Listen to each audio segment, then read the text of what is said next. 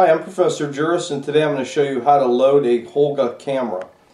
To begin with, we're going to open up the back of the camera by sliding the little bars on the side down and then taking the back off. The way that the 120 film works within a Holga camera is when you put a roll of film in, it'll wind from one spool to the other spool. So the film begins on this spool and it ends up on that spool. And then I will have an empty spool left over here that I will actually transfer to this side when I load the film. The first step with loading a Holga is you want to check the insert and see what number is on the insert. And the number of the insert corresponds to the number on the back of the camera. If I look really closely, I can see a number 12 right up here that'll tell me that this is the insert for 12 exposures. On the back of the Holga, I will have an arrow that points to 12 or 16. In this case, I'm going to leave it set to 12 because I want 12 exposures. What I'm going to do next is take my film, take the little piece of tape off of it, and drop my film down into the camera. I'm pushing in this side first, so it'll go over the little thing and then pushing it in there. Holding it, I'm going to pull it across here, and I pull about that much out so I come by it a little bit.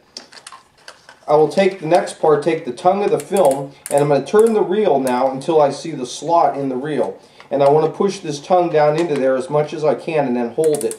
And then I want to start to turn the reel slowly, and I want to make sure that it's wrapping very tightly around the spool. And once I get to this point, I'm going to go ahead and turn it like that. Now I'm going to turn the film until I see a little arrow come up, which is right there. That's important, that you want the arrow lined up straight across there. At this point, I will put the film back on and close it. And it's a good idea with the Holga to put a piece of tape across here. I usually like to use a little piece of electrical tape to keep these sidebars from loading or from pulling loose during exposing.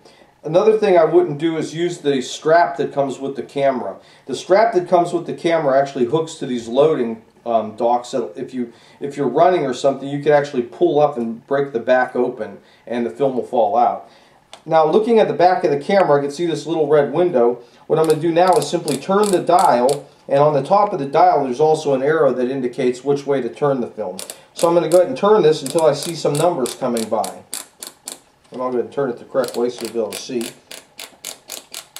And it takes a few turns till you actually start to get someplace. I can start to see a little arrow right there. There's another little arrow. I can see the word Kodak, and there's number 1. Once I'm at number 1, now I'm set to take pictures. Don't forget to take your lens cap off of the camera. You can actually see through the Holga camera, and I've had a lot of students shoot their whole roll of film without taking the lens cap off. So make sure you take your lens cap off, and I usually just throw this away to make sure that you never do make that mistake. Also on the bottom of the camera, you're going to find 2 different shutter speed settings. One is the bulb setting, one is the normal setting. The bulb setting is a setting you would only use on a tripod, and you would use it for long, low exposures outside at night, such if you want to take pictures of a night sunset or something. The normal setting is what you would normally use. Now the shutter speed and f-stop of the Holga are about a 60th of a second at f8. Which means with 400 speed film, your best exposures are going to take place on bright sunny days. And that's the best time to take pictures with the Holga outside with 400 ASA film.